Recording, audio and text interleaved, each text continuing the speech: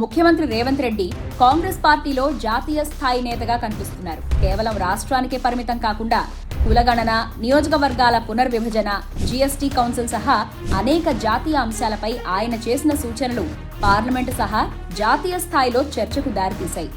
కాంగ్రెస్ అధిష్టానం సైతం రేవంత్ రెడ్డిని కేవలం ఒక ముఖ్యమంత్రిగా కాకుండా కాంగ్రెస్ కోర్ కమిటీలో సభ్యుడిగా చూస్తోంది. వివిధ రాష్ట్రాల ఎన్నికల ప్రచారంలో స్టార్ క్యాంపెయినర్ గా ప్రకటించిన అధిష్టానం కేరళలో పదుల సంఖ్యలో సభలు ఏర్పాటు చేసింది. స్వల్పకాలానికే పరిమితమవుతాడని ప్రత్యర్థులు అనుకుంటే రేవంత్ రెడ్డి మాత్రం జాతీయ స్థాయి నేతగా ఎదిగేందుకు పావులు కదుపుతున్నారు. జాతీయ స్థాయిలో ఏ కాంగ్రెస్ నేతకు లేని చరిష్మా రేవంత్ రెడ్డికి ఉందన్నది నిర్వివాదమైంది.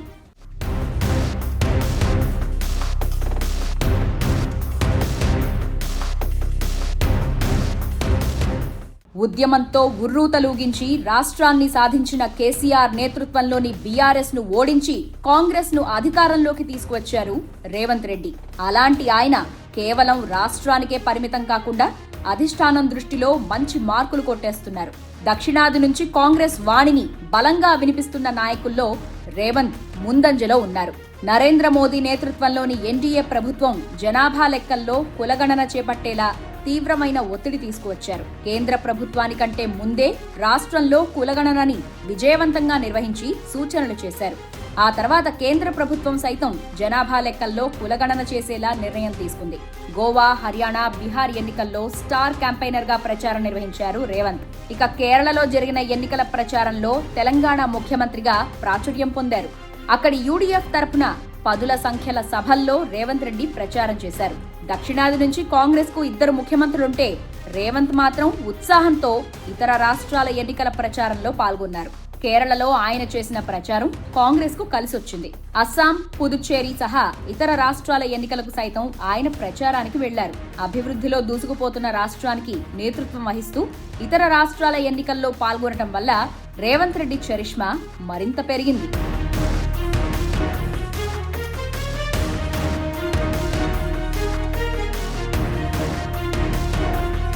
తెలంగాణలో కేసీఆర్ దెబ్బకు చతికిలబడిన కాంగ్రెస్ కు పునరుజ్జీవనం తెచ్చేలా అధికారంలోకి తీసుకువచ్చిన రేవంత్ రెడ్డి మీద కాంగ్రెస్ అధిష్టానానికి మంచి నమ్మకం కలిగింది.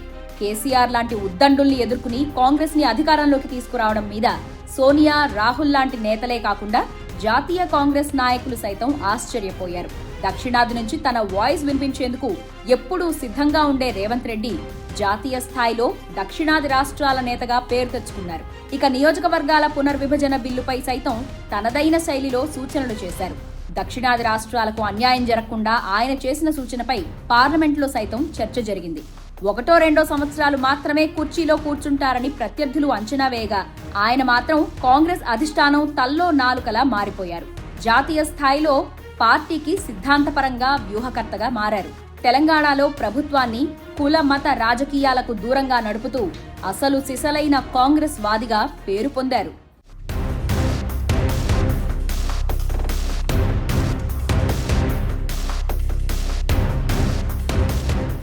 ఈ ఏడాది జరిగిన కాంగ్రెస్ వర్కింగ్ కమిటీ సమావేశంలో రేవంత్ రెడ్డిని సోనియా, రాహుల్ గాంధీ మెచ్చుకున్నారు. మల్లికార్జున ఖర్గే రాహుల్ గాంధీతో గతేడాది కలిసినప్పుడు రేవంత్ కి మరో 2 ఏళ్లు సీఎం కుర్చీలో కూర్చునేలా భరోసా ఇచ్చారని పార్టీ వర్గాలు చెబుతున్నాయి.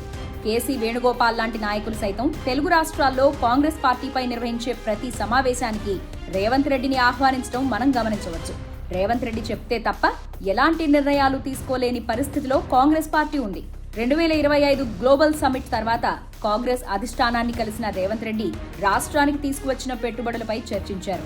అప్పుడు సైతం అధిష్టానం రేవంత్ రెడ్డిని ఒక నాయకుడిగా కాకుండా ఒక మంచి పాలనా దక్షత కలిగిన వ్యక్తిగా చూసింది.